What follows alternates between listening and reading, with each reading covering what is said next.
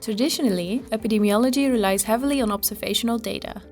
When collecting observational data, it is not possible to control all influences that may distort the true association between the exposure and the disease.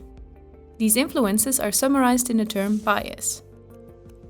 Bias is any systematic error in data which causes you to draw the wrong conclusion from your data. In this video, different types of bias will be discussed, including confounding, a very specific type of bias.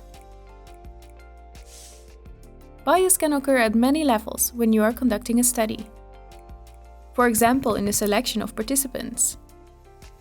Imagine you want to study the association between maternal smoking during pregnancy and birth weight in the city of Groningen.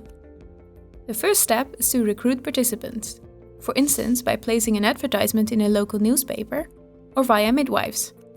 Either way, you are not likely to get participants that completely represent the entire population of pregnant women. Motivated women are more likely to respond to an advertisement, and midwives may select only women with relatively uncomplicated pregnancies.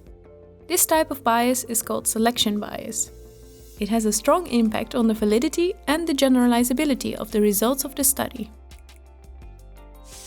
A different type of selection bias is called attrition bias. This can occur in studies where participants are followed over time. Participants may decide to discontinue the study or move to another area. If this occurs randomly, it is okay. But if the smoking women in the example would be more likely to drop out, this would cause bias in the results.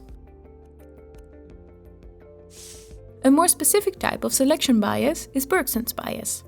This occurs when the study participants are taken from a subpopulation, for instance hospitalized patients.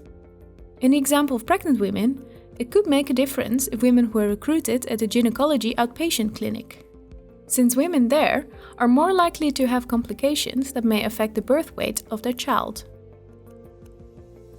Bias in measurements. To find out whether women smoke during their pregnancy, you could use a questionnaire as a measurement tool. Bias can occur when women do not tell the truth about their smoking habits during their pregnancy. Or women are prone to the Hawthorne effect, which means they may try to smoke less because they participate in the study. Finally, women simply may not remember correctly, for instance if they are asked about smoking in previous pregnancies. Bias may also occur in the measurement of the outcome, in this case, birth weight. The measurement has to be standardized to make sure it was measured in the same way in every location of the study. Also, the observer, the person doing the measurements, may be tempted to influence measurements when he or she knows if the mother smoked or not. Confounding. Even if your measurements were carried out correctly and in an unbiased way, you still cannot be sure that the data tells you the true influence of the smoking on birth weight. The effect can be influenced by other factors, which are associated with smoking, such as socioeconomic status, education level, lifestyle factors such as alcohol consumption and dietary patterns. Women who smoke during their pregnancy are more likely to use alcohol as well, which may affect the birth weight. Factors which may influence the true association between the determinant and the outcome are called confounders. Dealing with bias. Prevention is the best way to deal with bias. With a good study design and good methods, bias can be prevented to a great extent. As you have probably noticed, bias is also strongly related to validity. This is because biased results cannot be valid. To assess the validity of a study, it is necessary to assess the risk of bias. There are validated tools for that, for instance provided by the Cochrane collaboration.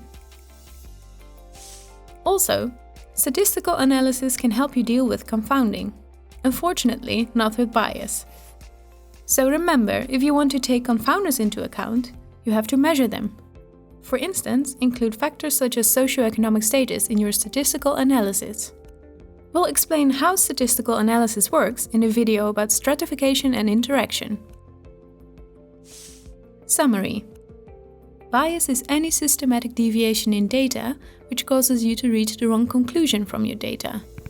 Bias can occur in all stages of conducting a study, for example when selecting the participants and collecting data. Confounders are factors that can influence the true association between the determinant and the outcome. All types of bias should be prevented by good study design and methods, since it's not possible to correct the data afterwards.